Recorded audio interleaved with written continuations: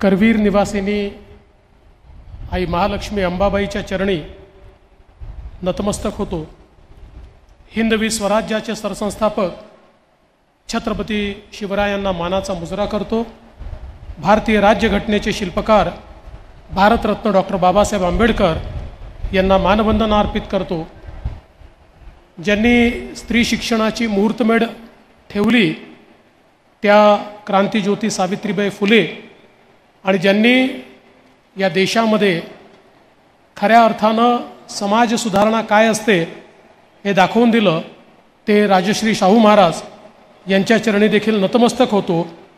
आजच्या कार्यक्रमामध्ये मंचावर उपस्थित असलेले आपल्या सर्वांचे लाडके मुख्यमंत्री आदरणीय एकनाथराव शिंदेजी, आपले उपमुख्यमंत्री अजितदादा पवारजी, पालकमंत्री हसन मुश्रीफजी, आमचे सहकारी मंत्री चंद्रकांतदादा पाटील, उदय सामंतजी, खासदार धनंजय महाडिकजी, धैर्यशील मानेजी, या ठिकाणी मंचावर उपस्थित आमदार प्रकाश आबिटकरजी, प्रकाश आवाडेजी, राजेश पाटीलजी, राजेंद्र पाटील यड्रावकरजी, सदाभाऊ खोतजी, अमल महाडिकजी, निवेदिताताई माने, राजेश क्षीरसागर, भरमू अण्णा पाटील, चंद्रदीपजी नरके, सुरेशराव हळवणकर, संजय मंडलिकजी, शौमिकाताई महाडिक, अरुण डोंगळे, सर्वच मंचावरील मान्यवर आणि या ठिकाणी उपस्थित सर्व माझ्या भगिनी आणि बंधूंनो, आज खरं म्हणजे या शक्तिपीठात येऊन शक्तीची उपासना करण्याकरता, शक्ती स्वरूपा आमच्या सर्व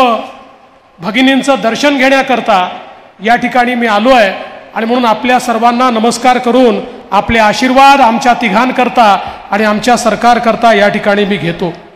खरं म्हणजे आपल्याला ही देखील कल्पना आहे की आज आपण कोल्हापूरमध्ये आहोत आणि काल देशाचे प्रधानमंत्री माननीय मोदीजी पोलंडमध्ये होते आणि त्या ठिकाणी पोलंडमधून त्यांनी कोल्हापूरच्या स्मारकाला त्या ठिकाणी नमन केलं। कारण कोल्हापूरजवळचं छोटंसं गाव वळीवडे, या गावाने 1942 ते 1948 या काळात 5000 पोलीस शरणार्थींना त्या ठिकाणी आपल्या गावात ठेवलं होतं आणि काल ज्यावेळेस माननीय पंतप्रधान पोलंडमध्ये गेले तर पोलंडच्या लोकांनी देखील कोल्हापूरचे आभार मानले आणि कोल्हापूरचं अभिनंदन केलं। त्याबद्दल कोल्हापूरकरांनी त्या ठिकाणी खरं म्हणजे एक प्रकारे स्वागत केलं पाहिजे। आणि ज्यावेळेस त्याचा उल्लेख पंतप्रधानांनी मराठीत केला त्यावेळी प्रचंड दाद पोलंडच्या लोकांनी त्या ठिकाणी दिली, हे देखील आपल्या सगळ्यांच्या लक्षात आलं। आजचा कार्यक्रम आपल्याला कल्पना आहे, माननीय मुख्यमंत्र्यांच्या नेतृत्वात आपल्या सरकारने हा निर्णय घेतला की महिलांना सक्षम केलं तरच आपण महाराष्ट्राचा विकास करू शकतो। देशाचे प्रधानमंत्री माननीय मोदीजींनी सांगितलं विकसित भारत करायचा असेल तर या भारताची 50% लोकसंख्या असलेल्या आमची जी स्त्री शक्ती आहे, ही स्त्री शक्ती सक्षम झाली, ती जर देशाच्या मुख्य प्रवाहात आली, ती जर अर्थव्यवस्थेच्या मुख्य प्रवाहामध्ये आली तरच आपला देश विकसित होऊ शकतो। आणि म्हणून मोदीजींनी देखील अनेक कार्यक्रम हातामध्ये घेतले की ज्यातनं आपल्या महिलांना सक्षम करता येईल। आता 25 तारखेला मोदीजींच्या नेतृत्वात जळगावला लखपती दीदीचा कार्यक्रम आम्ही करणार आहोत आणि त्याचवेळी महाराष्ट्रामध्ये देखील मुख्यमंत्र्यांच्या नेतृत्वात आम्ही या ठिकाणी महिला सक्षमीकरणाचा कार्यक्रम सुरू केला। मग लेक लाडकीसारखी योजना त्या ठिकाणी सुरू केली की ज्या माध्यमातून मुलीच्या जन्मापासून तर ती 18 वर्षाची होतपर्यंत 1 लाख रुपये त्या मुलीला मिळाले पाहिजे। मुलीच्या जन्माचं त्या ठिकाणी स्वागत केलं पाहिजे। आमच्या महिलांना ST मध्ये अर्ध्या तिकिटात प्रवासाची योजना सुरू केली आणि मला अतिशय आनंद वाटतो, ही योजना सुरू झाली तर त्यावेळी STचे अधिकारी म्हणायचे ST आधीच तोट्यात आहे, तुम्ही अजून तोट्यात टाकताय। पण आमच्या महिलांनी इतक्या जोरदार प्रवास सुरू केला की तोट्यात असलेली ST फायद्यामध्ये आली आणि अर्ध्या तिकिटामुळे आज STचा फायदा झाला। त्यामुळे महिलांना काहीही दिलं तरी त्याचं सोनं करण्याची क्षमता महिलांमध्ये या ठिकाणी आहे। आता ही लाडकी बहीण योजना आहे, ज्या योजनेमध्ये 1500 रुपये प्रति महिना आपण महिलांना देतोय. काही लोक याच्यावर देखील टीका करतात. काही लोक म्हणतात तुम्ही महिलांना विकत घेताय का, तुम्ही त्या ठिकाणी त्यांना लाच देताय का. खरं म्हणजे बहिणींनो, हे संवेदनहीन लोक आहेत. यांना बहिणीचं प्रेम समजूच शकत नाही. अरे त्या ठिकाणी 1500 रुपये नाही 15 कोटी रुपये दिले तरी देखील बहिणीचं आणि आईचं प्रेम कधी विकत घेता येत नाही. प्रेमाला कधी लाच देता येत नाही. प्रेमाचं उतराई हे केवळ प्रेमातनं होता येतं. पण या ठिकाणी ही योजना बंद पडली पाहिजे याकरता सातत्याने प्रयत्न कोर्टामध्ये गेले, कोर्टात हारले. मला आजही आठवतं, ज्यावेळी विधानसभेमध्ये आम्ही याची घोषणा केली, हेच विरोधी पक्षाचे लोक म्हणत होते 10% महिलांना देखील हे मिळणार नाही. आम्ही सांगितलं आम्ही 2.5 कोटी महिलांना देणार आहोत. आज आपण पाहू शकतो जवळजवळ 1.25 कोटीच्या जवळपास महिलांपर्यंत आपण पोहोचलो आहोत आणि पुढच्या महिन्यापर्यंत 2.5 कोटी महिलांच्या खात्यामध्ये त्या ठिकाणी पैसा पोचणार आहे. आणि काळजी करू नका, हे सावत्र भाऊ काहीही सांगत असले तरीही दर महिन्यात हा पैसा तुमच्या खात्यामध्ये येईल. त्याची तरतूद बजेटमध्ये केली आहे आणि तुमच्या आशीर्वादाने पुढच्या वर्षी, त्याच्या पुढच्या वर्षी, त्याच्या पुढच्या वर्षी, दरवर्षी बजेटमध्ये याची तरतूद असणारच आहे. त्यामुळे ही योजना केली तर ती बंद होणार नाही हा देखील विश्वास मी देतो. आणि यासोबत ही देखील आनंदाची गोष्ट आहे की आज आमच्या मुलींकरता राजश्री शाहू महाराजांनी ज्या प्रकारे सांगितलं त्या प्रकारे पूर्णपणे उच्च शिक्षण त्या ठिकाणी मोफत देण्याचा निर्णय आपल्या सरकारने घेतला. सर्व प्रकारचे courses, engineering, doctor, MBA, BBA सगळ्या प्रकारच्या कोर्सेसमध्ये आता आमच्या मुलींची फी राज्य सरकार त्या ठिकाणी भरणार आहे. त्यामुळे मुलींना शिक्षणामध्ये कुठलाही अडथळा असणार नाही ही व्यवस्था आपल्या सरकारने केली आहे. आज आपल्याला माहिती आहे बचत गटाची एक मोठी आंदोलन आपण सुरू केलं. जवळजवळ या ठिकाणी 65 लाख कुटुंब आपण बचत गटाशी जोडले आणि त्यासोबत त्याचा जो रिव्हॉल्विंग फंड आहे तो मोठ्या प्रमाणात वाढवला. जवळजवळ 9,000 कोटी रुपये बचत गटांना त्या ठिकाणी आपण दिले. महिलांना पैसे दिले तर फायदा काय असतो? महिलांना दिलेलं कर्ज 100% परत आलं. एकही नवीन पैसा एकाही गटाने त्या ठिकाणी बुडवला नाही. किंबहुना ते पैसे कसे वाढवता येतील हाच प्रयत्न आमच्या महिलांनी केला. आणि म्हणूनच आज या सगळ्या महिला केंद्रित नीतीमुळे आमच्या महिलांना त्या ठिकाणी केंद्रस्थानी आणण्याचा प्रयत्न आपला चाललेला आहे. बंधू भगिनींनो, ही गोष्ट खरी आहे की राज्यामध्ये आत्ताच अजितदादांनी सांगितलं काही दुर्दैवी घटना देखील घडल्या. बदलापूर सारखी घटना की ज्या ठिकाणी आमच्या चिमुकलीला त्या ठिकाणी अत्याचाराला समोर जावं लागलं. अशा प्रकारच्या घटना घडता कामा नये. अशा प्रकारच्या घटना या खऱ्या अर्थानं त्या ठिकाणी मानवतेला काळीमा फासणार आहेत. पण त्याच वेळी अशा घटनांवर राजकारण करणं यापेक्षा मोठी संवेदनहीनता दुसरी कुठलीच नाही.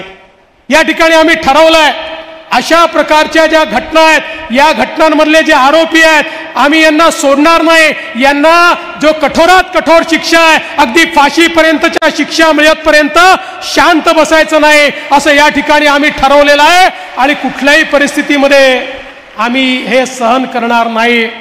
पण मला एका गोष्टीचं आश्चर्य वाटतं, अरे मुलगी कुठली असली तरी आपलीच असते. कलकत्त्यामध्ये एका स्त्री डॉक्टरवर इतका भयानक आणि अनन्वित अत्याचार झाला.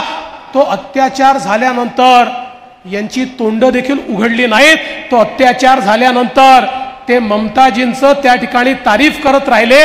एका शब्दाने त्याची निंदा केली नाही. मात्र या ठिकाणी महाराष्ट्रामध्ये सरकारने राजीनामा द्यावा, गृहमंत्र्यांनी राजीनामा द्यावा अशा प्रकारच्या त्यांच्या मागण्या होत आहेत.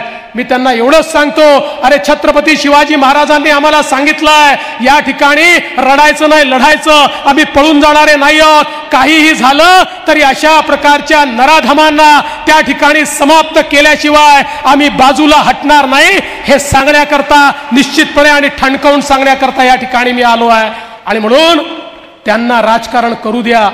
खरं म्हणजे मी जर या ठिकाणी सांगितलं तर ही देखील संवेदनहीनता असेल, कारण एकाही मुलीवर एकाही महिलेवर अत्याचार झाला तरी देखील ते आपल्याला भूषणावं नाही आहे.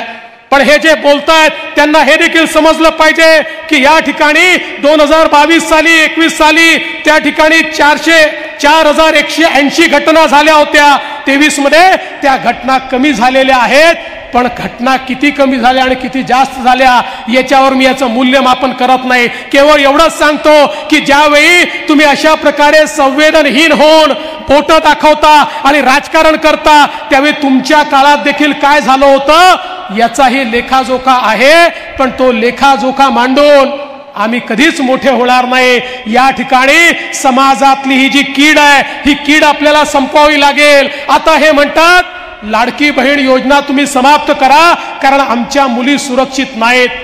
अरे मुलींना सुरक्षित ठेव आणि लाडकी बहीण योजना देखील चालू ठेव. लाडकी बहीण योजना तुम्ही कितीही मनसुबे त्या ठिकाणी आखले तरी देखील आम्ही बंद होऊ देणार नाही. हे कारण शोधतायत लाडकी बहीण योजना कशी बंद होईल. आणि आपल्याला माहिती आहे यांचं सरकार देखील आपण बघितलं, हे जेव्हा सरकारमध्ये होते त्यावेळी यांचं सरकार हे स्थगिती देणारं सरकार होतं. खरं म्हणजे या ठिकाणी स्थगितीमान सरकार नको आहे, गतिमान सरकार हवं आहे. यांच्या काळामध्ये जेव्हा त्या ठिकाणी नव्यानं सरकार आलं, जुन्या सरकारमधल्या सगळ्या योजना उद्धव ठाकरेजींच्या नेतृत्वात बंद करण्यात आल्या होत्या. आता यांचे मनसुबे हेच आहेत की पुन्हा आम्हाला निवडून द्या म्हणजे आम्ही लाडकी बहीण सारख्या योजना बंद करतो. आणि या ठिकाणी खऱ्या अर्थानं जे आम्ही आमच्या बहिणींच्या पाठीशी उभं झालो आहोत ते यांना सहन होत नाही.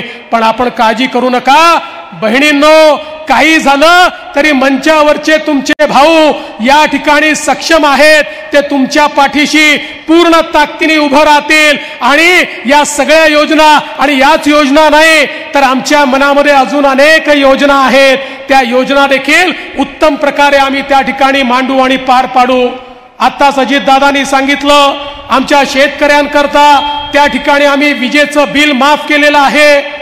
आणि आता आपल्याकडे ज्या उपसा सिंचन योजना आहेत या उपसा सिंचन योजनांना देखील त्या ठिकाणी आम्ही आता योजना आणून त्यांना सोलरवर आणतो आणि त्याचा खर्च देखील अतिशय कमी करायचा आणि शेतकऱ्यांवर त्याचा बोजा पडणार नाही. ज्या सहकारी योजना आहेत त्यांना देखील त्या ठिकाणी सोलरवर आणायचं आणि त्या माध्यमातून त्या शेतकऱ्यांवर देखील बोजा पडणार नाही. अशा प्रकारची योजना आपण आणलेली आहे आणि 12,500 मेगावॅट सोलारचं काम आपण सुरू केलेलं आहे. येत्या 2 वर्षामध्ये आमच्या शेतकऱ्यांना 365 दिवस दिवसा वीज देण्याचा आमचा निर्णय आहे आणि तीही मोफत वीज आम्ही द्यायला सुरुवात केलेली आहे. आमचा जो कष्ट करणारा शेतकरी आहे, जो आपल्या शेतीमध्ये राबतो, हाडाचं काढ करतो, रक्ताचं पाणी करतो, त्या शेतकऱ्याच्या पाठीशी हे आपलं सरकार उभं आहे. बंधू भगिनींनो, आज आमच्या लाडक्या बहिणी या ठिकाणी आहेत, अनेक लाडके भाऊ बाहेर उभे आहेत. त्यांना आतमध्ये बसायला जागा मिळाली नाही कारण हा बहिणींचा कार्यक्रम होता. पण आमच्या मुख्यमंत्र्यांनी लाडक्या भावांना देखील रिकामं ठेवलेलं नाही. आज आपण शिका आणि कमवा सारखी योजना सुरू केली आहे. आमच्या भावांना त्या ठिकाणी अप्रेंटिसची योजना आहे ज्यामध्ये 10,000 रुपयापर्यंत त्यांचा पगार राज्य सरकार देत आहे आणि नंतर त्यांना त्याच ठिकाणी नोकरी मिळेल किंवा त्या एक्सपिरियन्सच्या भरोशावर अन्यत्र कुठे नोकरी मिळेल. अशा प्रकारे आमच्या भावांच्या हाताला काम देणं ही देखील आमची प्राथमिकता आहे. आणि म्हणून मी तुम्हाला एवढंच सांगतो, कोणी कितीही टीका केली तरी हे तुमचं सरकार आहे, तुमच्या भावांचं सरकार आहे.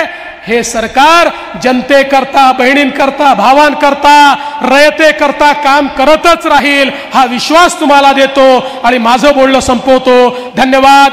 जय हिंद, जय महाराष्ट्र.